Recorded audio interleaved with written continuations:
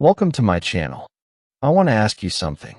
Have you ever wanted to speak English clearly, but when you open your mouth, the words come out slow and broken? You know the word in your mind, but your tongue refuses to say it. You start, you stop, and then you stay quiet because you feel shy? I know this feeling very well because I was exactly like that. I couldn't speak a full sentence without stopping. My grammar was wrong, my pronunciation was strange, and sometimes people asked me to repeat myself. It was embarrassing. But one day, I decided I could not live like this anymore. I didn't have a teacher. I didn't go abroad. I didn't spend money on expensive classes. I trained myself, step by step, until I could speak English naturally and with confidence. And in this video, I will share exactly how I did it, so you can follow the same path and change your English forever. Chapter 1. The day I realized I couldn't wait anymore. I still remember that day very clearly. I was sitting in a small meeting at work. My boss asked me a question in English. It was a simple question. I understood it. I even knew the answer. But my mouth stayed closed. My heart was beating fast. My mind was full of words, but they were all in my own language, not in English. I tried to translate quickly, but I could not do it. Another person answered instead, and the meeting continued without me. I felt small, invisible. That was the moment I realized I couldn't wait anymore. For a long time, I had been telling myself, I will speak English when I am ready. I thought I needed more grammar, more vocabulary, more listening before I could speak. I waited for the perfect time. But the truth is, that perfect time never comes. If you wait until you feel ready, you will wait forever. Speaking English is not something you suddenly become ready for. It is something you grow into by using it. I thought about all the opportunities one had missed. The foreign client I wanted to talk to but didn't. The online meeting where I kept my microphone off. The tourist in my city who asked me for help, and I smiled but didn't speak. All of these moments were small, but they added up to one big truth. I was losing chances every single day because I was afraid to try. That day, I made a promise to myself. I would not wait for a teacher. I would not wait for perfect grammar. I would start training myself, even if I made mistakes. I told myself, you can learn anywhere, anytime, if you stop waiting and start speaking. Chapter 2. Building the right mindset. Before I could change my English, I had to change my thinking. I used to believe that learning English meant collecting grammar rules and memorizing long lists of vocabulary. That's what I did in school, fill notebooks with rules, write definitions, and do exercises. But after years of doing that, I still could not speak. Why? Because learning rules is not the same as training to speak. I started to see the difference. Learning is like reading a book about swimming. You can learn the theory, how to move your arms, how to kick your legs, how to breathe. But if you never get into the water, you will never swim. Speaking English is the same. You can study for years, but if you don't actually use the language, your speaking muscles stay weak. Training English means practicing every day, just like an athlete trains for a sport. I also had to change how I saw mistakes. Before, I hated making mistakes. If someone laughed, I felt embarrassed.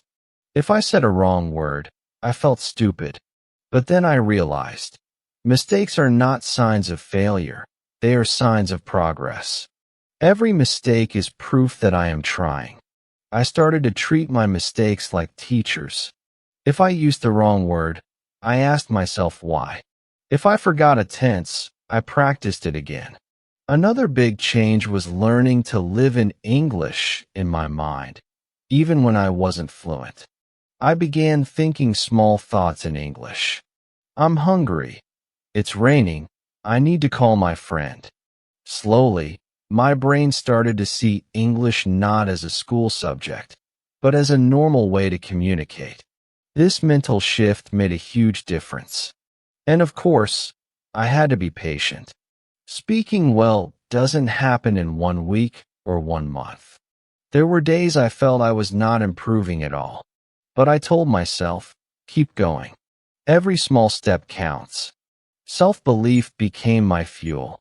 Even when I made big mistakes, I reminded myself that I was training, and training always leads to improvement.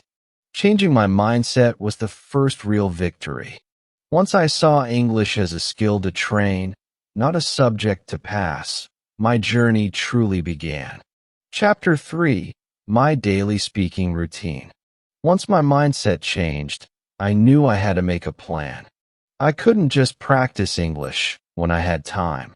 I needed a routine, something I could do every day, no matter how busy I was. I told myself, even if I practice for only 10 minutes, I will do it every single day. That decision changed everything. I didn't have a speaking partner. I didn't have friends who spoke English. So I became my own partner. I started speaking to myself out loud every day. At first, it felt strange. I thought, what if someone hears me? They will think I am crazy. But then I realized no one was listening, and even if they were, this was my training. I would walk around my room and describe what I saw. This is my desk. It is brown. I keep my books here. There is a pen. The pen is blue. Describing things was easy at first, but soon I wanted to say more. So I began asking myself questions and answering them. For example, I would ask, what will I eat today? Then I would answer, I think I will have rice and vegetables for lunch. Maybe some tea later. Sometimes I even played two roles, one asking, one answering. It made me feel like I was having a real conversation.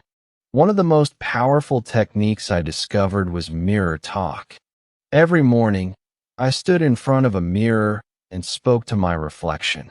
I would greet myself, good morning. How are you today? Then I would answer, I'm fine, thank you. I'm ready to work. The mirror helped me practice eye contact, body language, and confidence. At first, my sentences were short and simple, but slowly, I started speaking for longer. Another technique I used was shadowing. I would listen to short English audio, maybe from a podcast or a YouTube video, and repeat exactly what the speaker said at the same time, like their shadow. It was difficult at first because my mouth couldn't move as fast as theirs. But after a few weeks, my fluency improved. My tongue felt faster, and my sentences came out more smoothly. I also set small challenges for myself. 1 week, my goal was to describe everything I did in English. I'm washing my hands. I'm making tea. I'm opening the window. Another week, I tried to tell short stories about my day before going to bed. These small challenges kept my routine fresh and fun. What surprised me the most was how quickly I improved. In just a few weeks, I could speak longer without stopping. I didn't have to translate in my head as much. I started to enjoy speaking, even to myself. And I realized something important. You don't need hours every day to make progress. You just need a few focused minutes every single day without skipping. That daily routine became my foundation. It gave me the confidence to move to the next step, using listening as a tool to make my speaking even better. Chapter 4: Listening like a speaker. Many people listen to English just to understand it. They listen to a news report, a movie, or a song, and they think, did I catch the meaning? But I discovered that if I wanted to speak better, I needed to listen in a different way. I call it listening like a speaker. This means I didn't only listen for meaning. I listened for the music of the language. At first, I chose slow, clear English. I listened to short videos made for learners, podcasts with simple words, and children's stories read by clear voices. This helped me hear every sound, every pause, and every rise and fall in the speaker's voice. I wasn't in a hurry to listen to fast English. I knew my ears needed to get used to the sounds before I could copy them. When I listened, I paid attention to how the speaker said things. I noticed that English isn't flat. It has rhythm, like a song. Some words are stressed, others are soft. The voice goes up when asking a question and down when finishing a statement. I started copying this exactly, not just the words. One powerful technique was repeating after audio. I would play a short sentence, pause, and then say it exactly the same way, same speed, same tone, same emotion. At first, my version sounded different. But with practice, I got closer. Later, I tried shadowing, speaking at the same time as the audio, like a background singer in music. It was hard, but it forced my mouth to move at the same rhythm as a native speaker. I remember my first aha moment. I was practicing a short phrase from a podcast. I'll see you tomorrow. Normally, I would say each word separately. I will see you tomorrow. But when I copied the speaker, it became, I'll see you tomorrow. Suddenly, I realized native speakers connect their words like this all the time. My English immediately sounded more natural. Another time, I was practicing a line from a movie. What are you doing? I used to say it slowly, but the actor said, what ya doing? When I repeated it, I felt like my English had jumped to a new level. I understood that speaking well was not about using perfect textbook pronunciation. It was about sounding natural. Listening like a speaker taught me that the way you hear English is the way you will speak it. If you copy the music, not just the meaning, your speech will become smoother and more confident. Chapter 5. Thinking in English every day. One of the biggest changes in my English journey was when I started thinking in English. Before that, every sentence I spoke was a translation. I would hear something in English, change it into my own language in my head, think of an answer in my language, and then try to translate it back into English. By the time I was ready to speak, the moment was already gone. This process was slow, tiring, and made me feel less confident. I realized that if I wanted to speak faster and more naturally, I had to cut out the middle step. I had to make English my first language in my mind, even if I was not fluent yet. I knew this would not happen overnight, so I started small. The first step was naming things around me in English. When I walked into my kitchen, I would think, table, chair, plate, spoon, cup. When I was outside, I would think, tree, road, car, shop, bicycle. It felt like I was teaching my brain to see the world through English words. The second step was making short thoughts in English. For example, if I was feeling thirsty, I would think, I'm thirsty. If I wanted to go outside, I would think, I'll go for a walk. These were simple, everyday thoughts, but over time, they started to replace my native language thoughts. The third step was making full sentences in my head without saying them out loud. If I saw a friend, I might think, I haven't seen him for a long time. Maybe I should call him. If I was waiting for a bus, I might think, the bus is late again. I hope it comes soon. At first, I didn't know all the words I needed, so I used simple ones. Instead of delayed, I just thought late. Instead of delicious, I thought very good. The goal was not to be perfect. The goal was to stay in English. One of the first times I noticed the result of this training was at a restaurant. Before, I always planned my order in my native language first, then translated it into English. But this time, when the waiter came, I simply said, "Can I have chicken rice, please?" Without preparing it in my head. It felt natural and easy. Another time, a tourist in my city asked me for directions. Usually, I would freeze and think too much. But that day I answered, "Go straight and turn left. The station is there." It came out smoothly because I had been practicing thinking in English. The more I trained my brain this way, the less I had to translate. And when you stop translating, you start speaking faster with more confidence. Thinking in English every day made me feel like English was not just something I studied. It became part of how I lived. Chapter 6. Fixing my pronunciation. When I started speaking more often, I realized something important. Even if people understood my words, my pronunciation made me sound less clear. Sometimes they asked me to repeat. Other times, they guessed the wrong meaning because my sounds were not right. At first, I thought, maybe I need a teacher to fix this. But I didn't have one. So I decided to train myself. The first step was listening to my own voice. I recorded myself speaking, just simple sentences like, "My name is," or "I live in." Then I compared my recording to a native speaker saying the same sentence. I listened carefully. Was my th sound correct? Did my r sound too hard? Was I speaking too flat, without rhythm? Recording myself made me hear mistakes I didn't notice while speaking. Next, I worked on mouth and tongue exercises. For example, for the th sound, I put my tongue between my teeth and blew air out gently, saying think, thank. Thursday, for the r sound, I curled my tongue back slightly and practiced words like red, run, and right.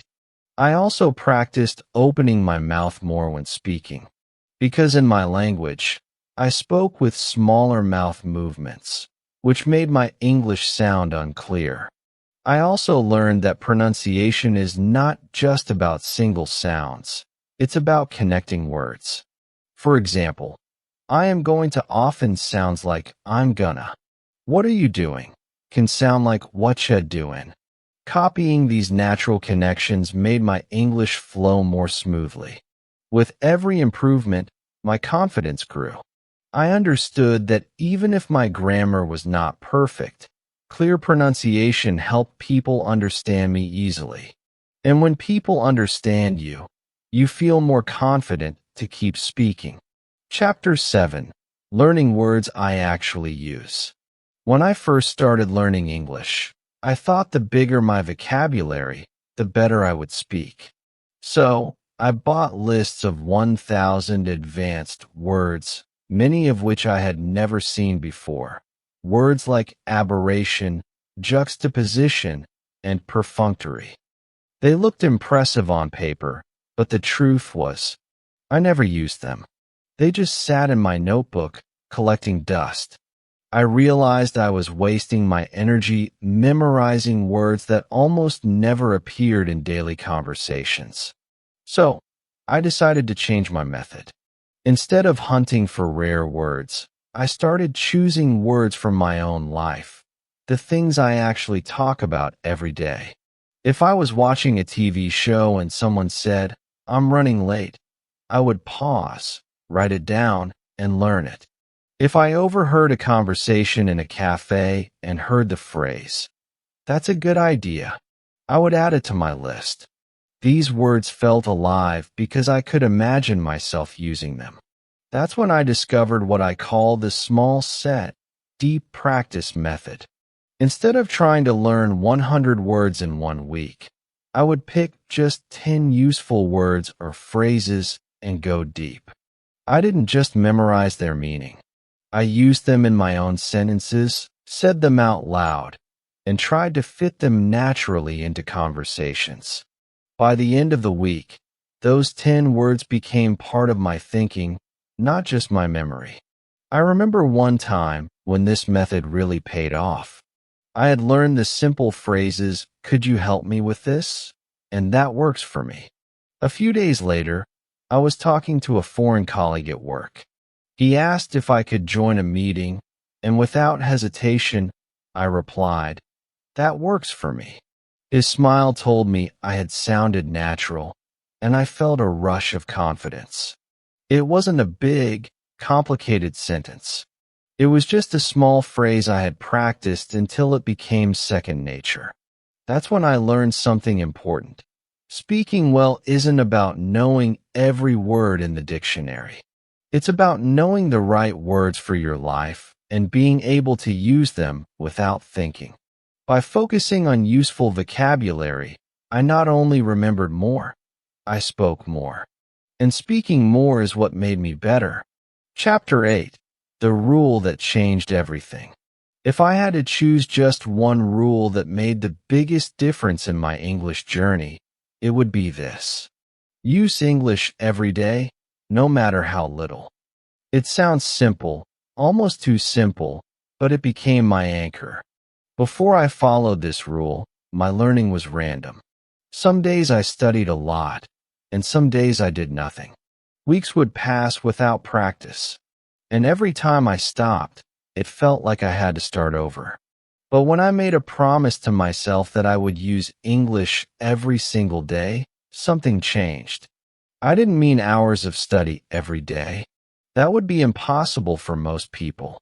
I meant even 5 minutes on busy days, even 2 minutes when I was tired, even 30 seconds when I was lazy. The size didn't matter. What mattered was the habit. It kept my brain connected to English like a small light that never goes out. There were days when I had no energy after work. My head felt heavy, my eyes were tired, and all I wanted was to sleep. On those days, I didn't force a big lesson. I just watched a short English clip, repeated a sentence out loud, or wrote one line in my notebook. It felt small, but it still counted. Other days, I was traveling or busy with family. I would open my phone and read a few English phrases while waiting in line, or whisper them to myself when walking. The point was, I never let a day go without touching English. At first, it didn't seem like much. 5 minutes here, 2 minutes there. But after weeks and months, I noticed something amazing. My English was always ready. I didn't have to warm up after a long break. My brain stayed in touch with the sounds, the rhythm, and the feeling of the language. It was like watering a small plant every day. You don't see it grow instantly, but one day you realize it's strong and green. Even during the hardest times in life, when money was tight, when work was stressful, when my motivation was low, this rule kept me moving forward. And that's why I believe anyone can do it. You don't need a teacher. You don't need expensive tools. You don't need perfect conditions. You just need to show up every single day in any small way you can. So here is my message to you. Take the first step today. Speak one sentence. Write one word. Listen to one phrase. Do it again tomorrow, and the next day, and the next. You might not feel the change instantly, but I promise you, in a few months, you'll look back and realize that small steps, done daily, built the strong English you always wanted. The rule changed everything for me, and it can change everything for you too. Just start now.